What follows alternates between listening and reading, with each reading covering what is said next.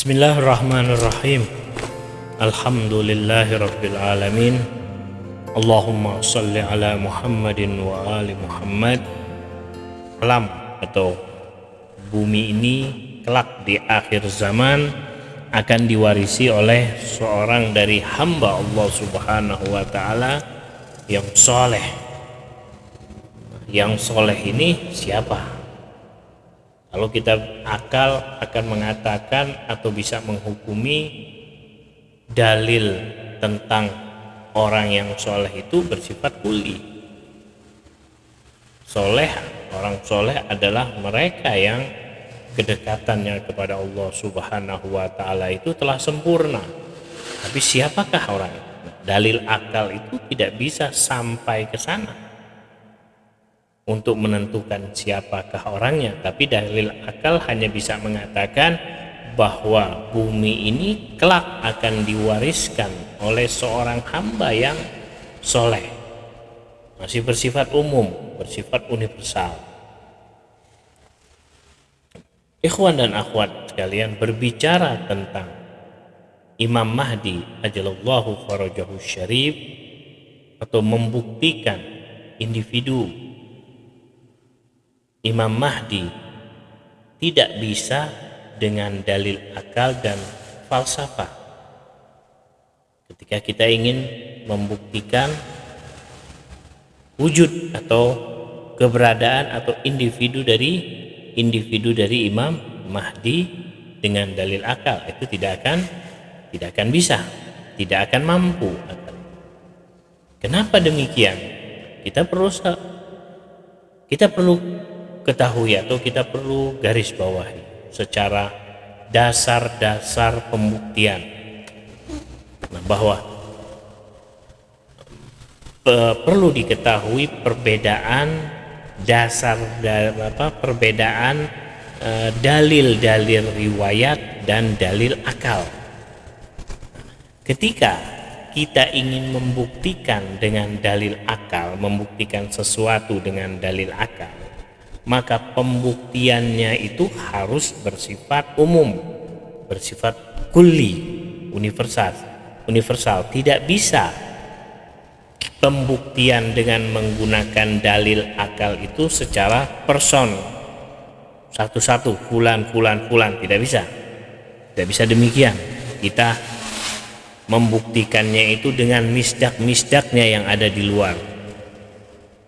Kita tidak bisa membuktikan person dari Imam Mahdi itu dengan menggunakan dalil akal, karena dalil akal ini digunakan pembuktiannya itu untuk yang bersifat secara umum, secara universal atau kulli. Seperti misalkan Anda contohkan pada pelajaran tauhid, pelajaran akidah ma'rifatullah, atau di falsafah dibahas itu tentang wujud. Di dalam akidah ma'rifatullah kita diajarkan salah satunya adalah tentang pembuktian keberadaan Tuhan. Pembuktian keberadaan Tuhan ini membutuhkan kepada dalil, yang mana salah satunya bahwa kita membuktikan keberadaan adanya Tuhan di alam ini yang disebut dengan wajibul wujud. Wajib ada.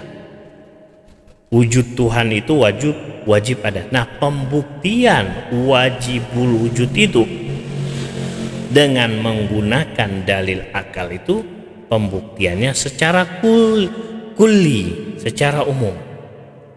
Jadi mafhum pemahaman wajibul wujud, wajib ada, itu bersifat umum, kulli. Tidak bisa kita membuktikan wajibul wujud itu secara person-personnya wajibul wujud. Misalkan apa? Misal yang mana yang kita maksud dari wajibul wujud itu? Tuhan yang mana? Apakah Tuhannya Nabi fulan, apakah Tuhannya agama ini, apakah Tuhannya aliran ini, apakah Tuhannya agama ini? Nah, itu kan banyak. Yang mana yang dimaksud dari pemahaman tentang wajibul wujud ini oleh akal? Akal mengatakan secara umum bahwa di alam ini harus ada wajibul wujud. Cuma akal hanya bisa menggambarkan secara umum wajibul wujud itu. Cuman yang dimaksud dari wajibul wujud atau Tuhan wajibul wujud yaitu Tuhan, itu yang mana? Tuhannya siapa? Apakah Tuhannya para nabi, ataukah Tuhannya agama ini, ataukah Tuhannya agama itu, dan seterusnya. Nah, seperti itu. Tidak bisa. Jadi tidak bisa kita menerapkan. Jadi kita itu tidak bisa menerapkan pembuktian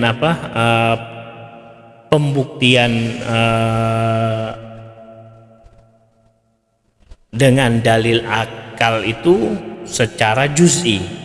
Dalil akal itu hanya bisa pembuktiannya secara umum, tidak secara juz'i, person satu-satu, tidak.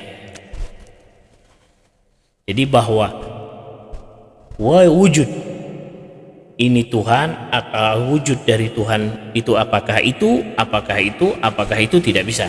Karena itu karena dalil akal ketika pembuktian tidak bersifat satu persatu atau person. Dia hanya dalil akal itu menggambarkan secara umum bahwa di alam ini wajib ada wajibul wujud atau wajib ada Tuhan.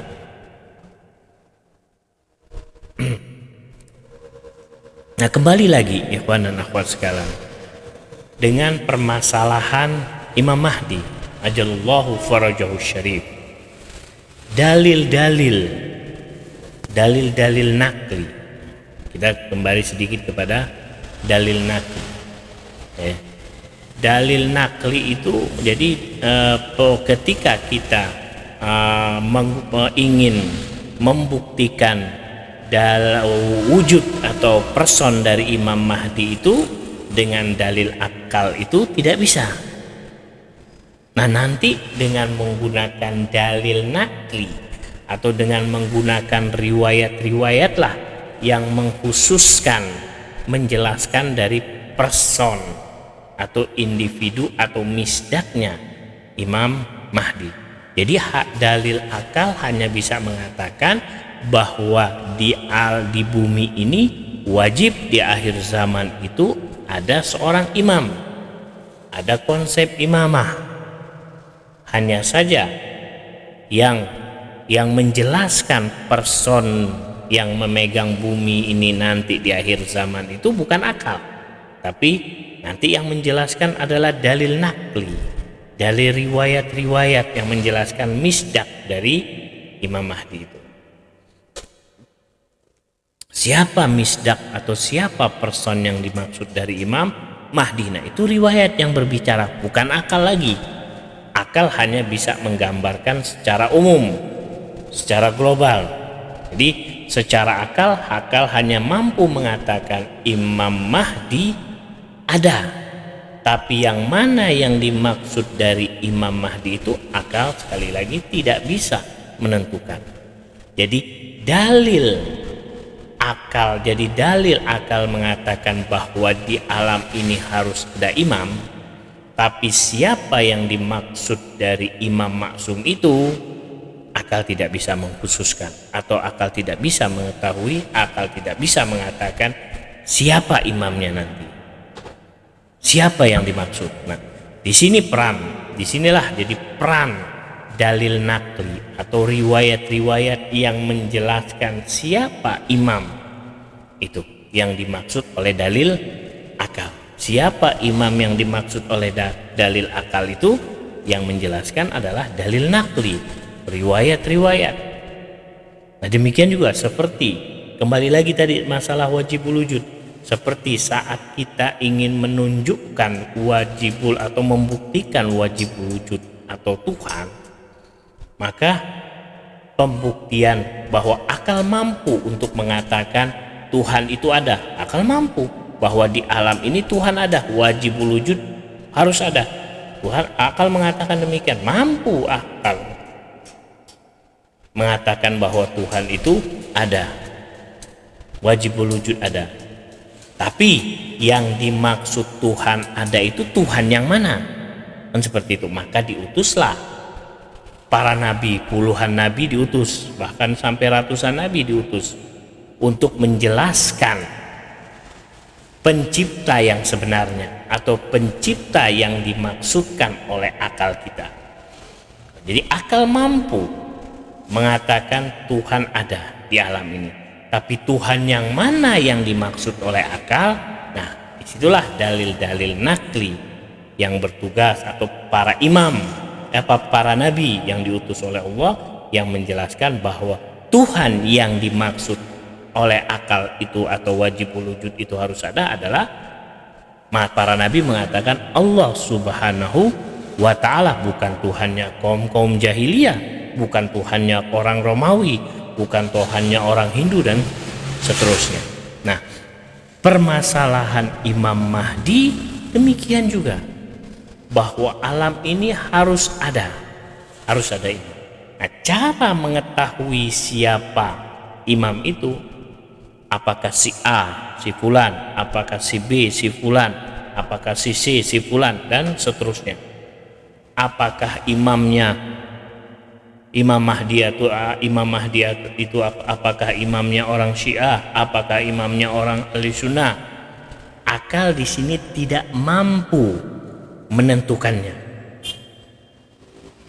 Yang mana imam itu di saat jadi akal tidak mampu menentukan di saat imam pada saat sekarang ini sedang gaib. Lalu muncullah dalil-dalil nakli yang menjelaskan, yaitu puluhan-puluhan tanda-tanda yang akan nanti munculnya Imam Mahdi dan lain sebagainya. Itu dijelaskan di dalam riwayat yang menjelaskan. Sebab itu kalau kita lihat kadang banyak itu, atau terkadang ada yang mengaku-ngaku bahwa dirinya adalah sebagai Imam Mahdi. Seperti misalkan juga kisah Nabi Yusuf.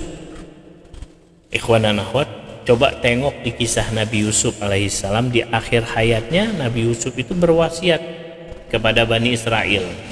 Dia mengatakan kelak akan ada bala azim, bala yang sangat besar yang akan menimpa kalian setelah aku wafat, kata Nabi Yusuf. Dan nanti akan ada nabi yang menyelamatkan kalian yang bernama Musa.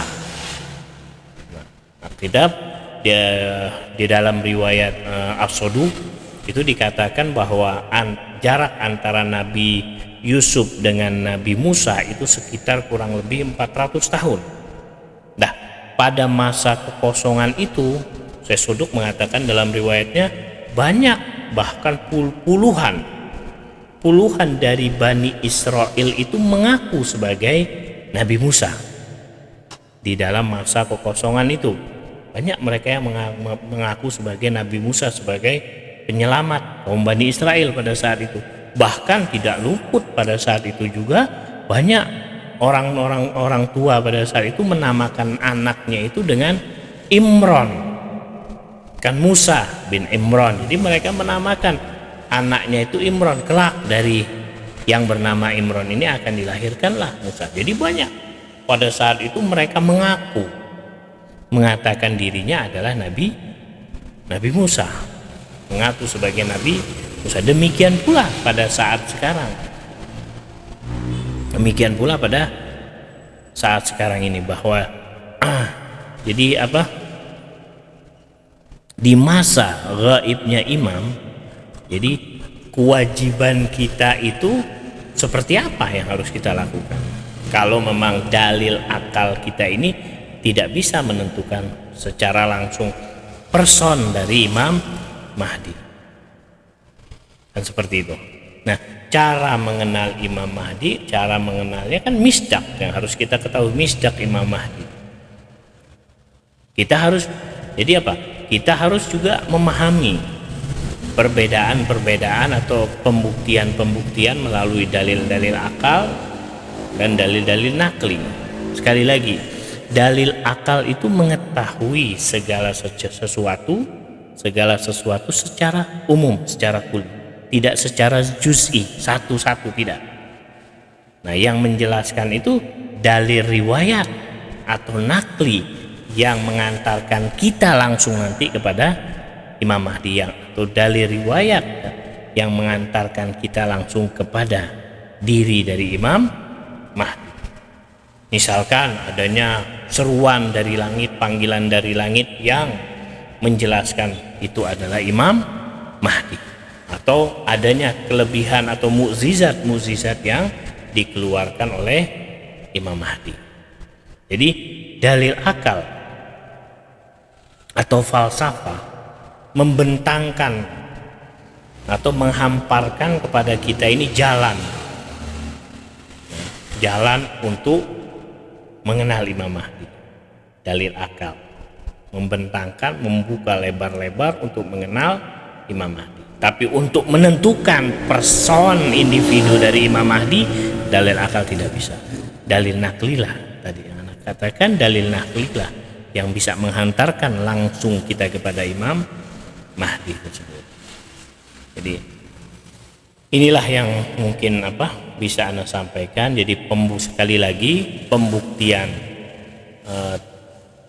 Imam Mahdi dengan dalil akal itu, dalil akal itu hanya bisa menggambarkan secara umum, secara global, secara luas, tapi yang nanti menentukan atau menunjukkan person dari Imam Mahdi itu bukan akal, tapi riwayat, dalil-dalil nakli atau riwayat-riwayatlah yang menghantarkan kita. Salah satunya misalkan tanda-tanda yang dijelaskan dalam riwayat, misalkan nida sama panggilan dari langit yang mengikrarkan bahwa itu adalah Imam Mahdi. Ini saja yang bisa Anda sampaikan. Kurang lebihnya bahwa alam ini kelak pasti akan diwarisi oleh seorang imam yang akan membawa keadilan di muka bumi. Tapi perlu kita harus garis bawahi juga bahwa apa tujuan diberikan hukum-hukum syariat. Ketika Imam Mahdi muncul, Imam Mahdi menerapkan keadilan. Keadilan yang seperti apa yang dimaksud? Apakah keadilan yang dimaksud sesuai dengan agama Islam? Apakah keadilan yang dimaksud untuk keseluruhan alam ini tanpa melihat agama? Demikian pula syariat, hukum-hukum. Apakah Imam Mahdi membawa hukum seperti hukum-hukum yang hanya ada di agama Islam saja, ataukah juga mencakup hukum-hukum yang terkena atau hukum-hukum yang berkenaan dengan nanti adalah mereka-mereka yang non-muslim? Karena kita tidak mengetahui apakah kelak ketika Imam Mahdi muncul itu apakah semua orang akan membaiat dan akan masuk Islam? Belum tentu. Lihat pada zaman Rasulullah. Di zaman Rasulullah ada kaum musyrikin, ada kaum munafikin, ada kaum Yahudi. Tetap ada. Meskipun di situ adalah jelas ada nabi terakhir, nabi yang termulia, tapi juga di situ banyak mereka yang menentang. Demikian pula dengan kelak zuhurnya, munculnya dari Imam Mahdi ajalallahu farajahu syarif. Kurang lebihnya, wassalamualaikum warahmatullahi wabarakatuh.